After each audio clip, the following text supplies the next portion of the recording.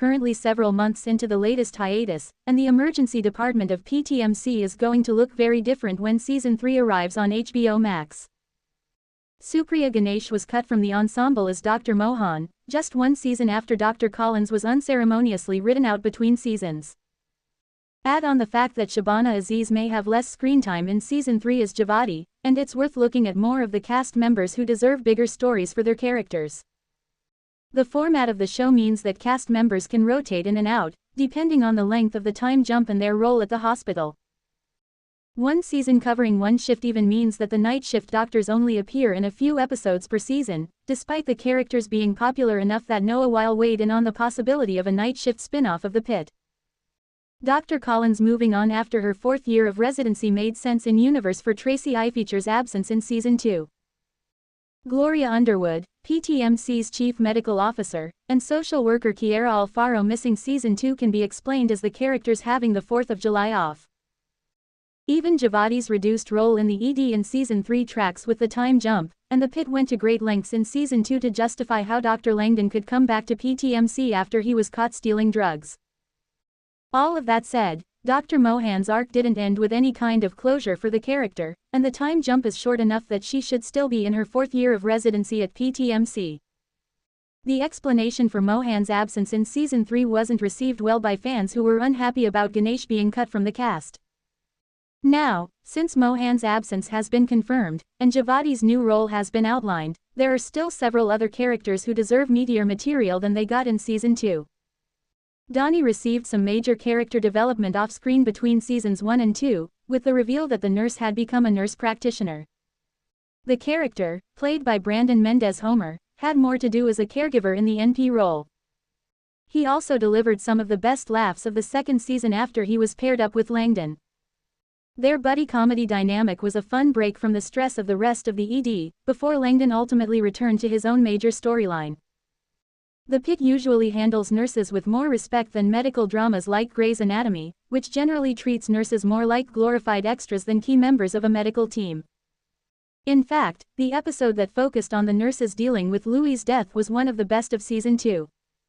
Dana is often the only nurse who gets a lot of attention, and her duties as charge nurse mean that she's not as hands-on with patients as Donnie. Plus, there aren't many nurse practitioners in primetime, so Donnie really does hold a unique position that deserves to be explored more.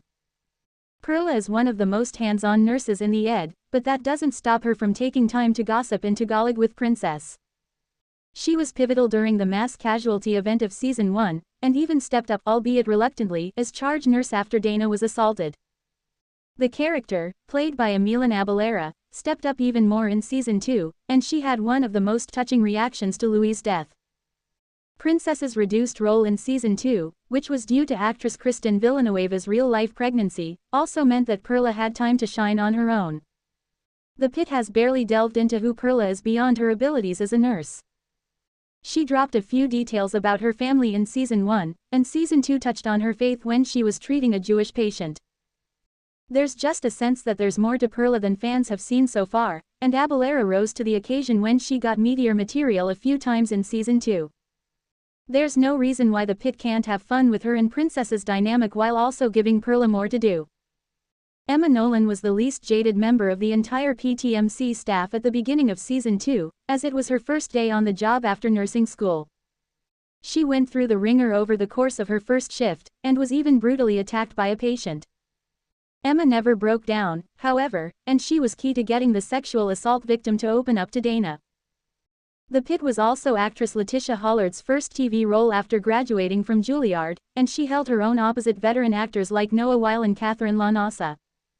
The Pitt has a potential storyline all set and ready to go after how Season 2 ended, if the writers intend to pick it up. She was still enthusiastic by the end of her shift, and it would be interesting to see whether her perspective has changed after 4 months in the ED. Most of her shifts presumably weren't as traumatic as her first, but Season 3 could explore whether she has become more jaded over the time jump, or how she avoided it.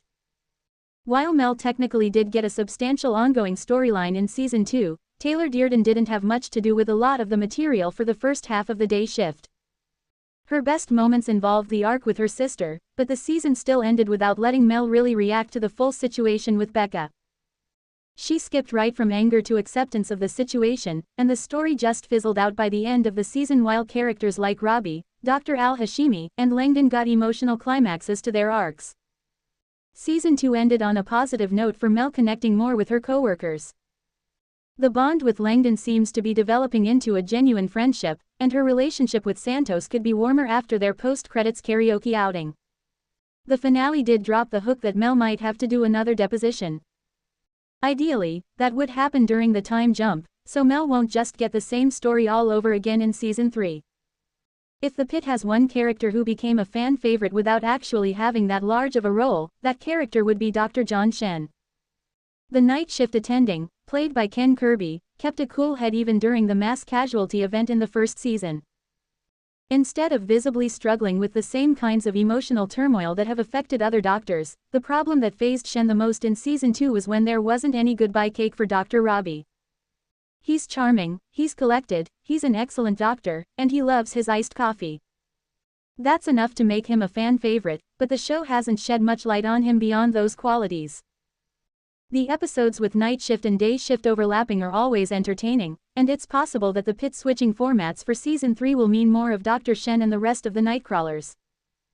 Dr. Ellis moving to day shift for the new season means that fans probably won't get much of them as a dynamic duo, but perhaps there will be time for Dr. Shen to get more focus than as just the doctor who runs on Duncan. Dr. Henderson was a new addition to the night shift in Season 2, and his work as senior resident was calm enough that Dr. Abbott described it as cruise control. He's clearly a capable doctor, with Abbott Elementary's Luke Tenney proving that he can handle drama as well as the comedy of Quinta Brunson's sitcom. Henderson works so well with others that Robbie's interpersonal skills look much worse by comparison. The Pitt obviously isn't going to follow up on his offer to help Mohan, but Henderson will likely still be part of the ED team in Season 3. The time jump of just 4 months means that he'll still be in his final year of residency, like Ellis, Langdon, and off-screen Mohan.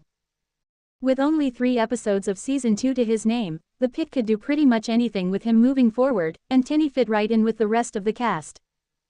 There are, of course, many characters who deserve meaty storylines, but large arcs are practically already guaranteed for Robbie, Langdon, Dana, and Dr. Al-Hashimi.